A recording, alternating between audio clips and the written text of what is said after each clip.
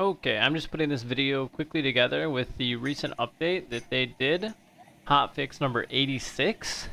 We have a huge change towards the socketing mechanic. Before, you are only ever able to get 1 to 2, and now you're able to get 1 to 3. So now there is a lot higher chance you'll get either a 2 or a 3. So the odds of low rolling with a 1 has been reduced a lot. So that means a ton.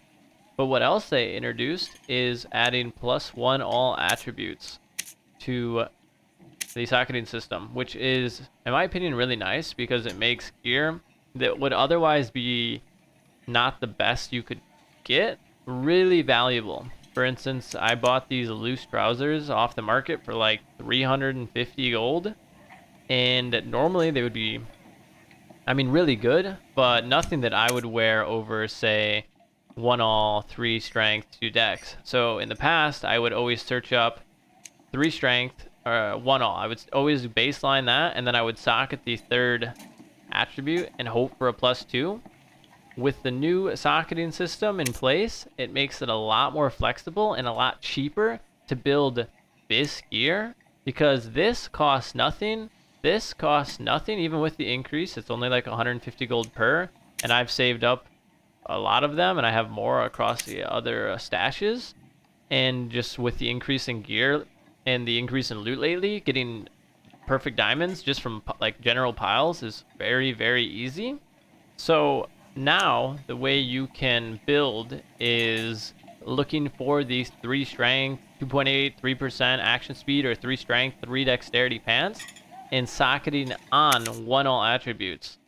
So for 150 gold for the diamond and 100 gold, you're paying 250 gold to get what would cost way more gold. Let's do that now, and I mean, let's just go see how much something like this would cost.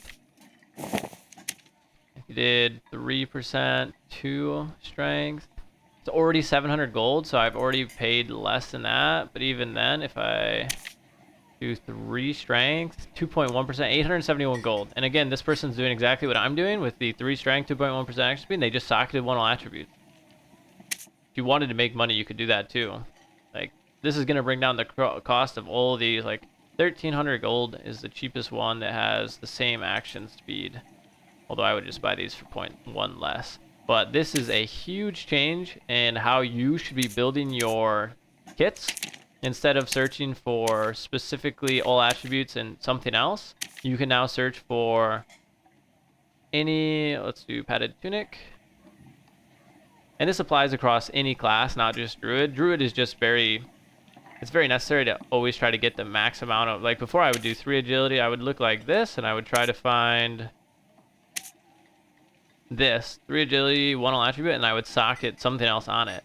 But now we can do agi and say action speed, and I can find a, oh, this might still be expensive. This isn't bad. 3 agi, 2%. It could roll 3%, so it's not the best.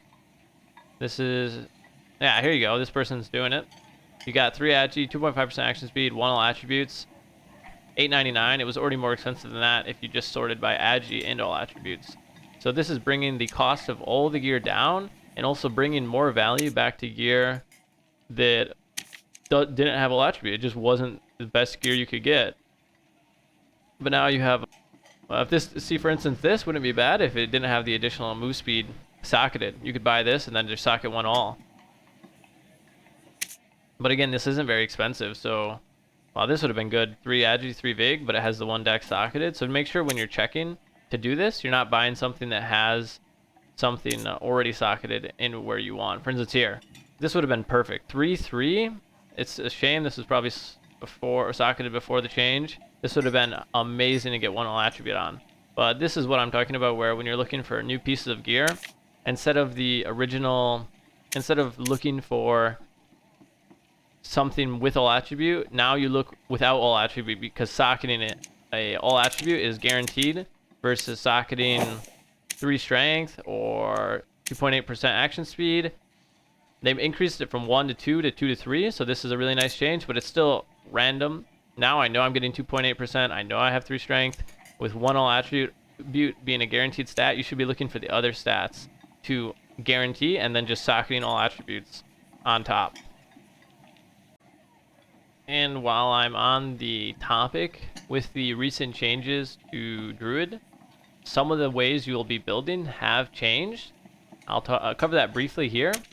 The main things that have changed, I wouldn't change anything on your perks.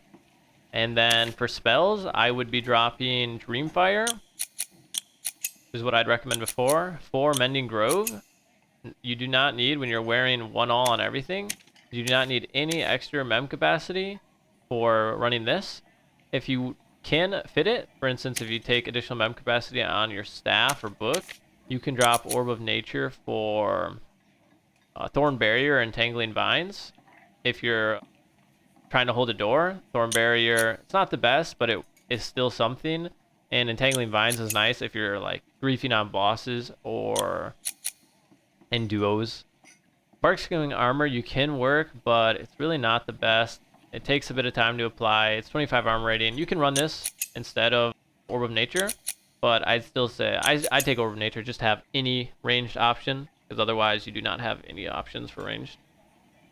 And then as for the actual gear itself, not much has changed outside. Before, I would run Fox or Ox Pendant with True Fizz, but with the reduction of damage on Panther form, it is now mandatory in whatever gear set you're running to always get the maximum amount of True Fizz on every single piece of gear that you can, which means for 224s, although I guess now with the change to High Roller just being artifact level, it doesn't need to be purple, but this is just what I had before the update.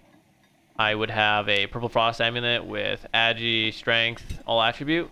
Again, with the change, I would now go for 3 Agi, 3 Strength, and socket all attributes. That's a really nice change for this. And then just mandatory Frost, or not Frost, mandatory True Fizz, every single piece of gear. It's what makes Panther feel a lot better. And then make sure you're stacking enough action speed to be able to swing both in Bear and Panther to utilize the True Fizz that you're getting. Even in Panther, having the action speed, it just allows you to melt people so fast, especially squishies. You're probably still going to be fighting tanks with Bear, but being able to swing fast on squishies is still can be the difference between life and death.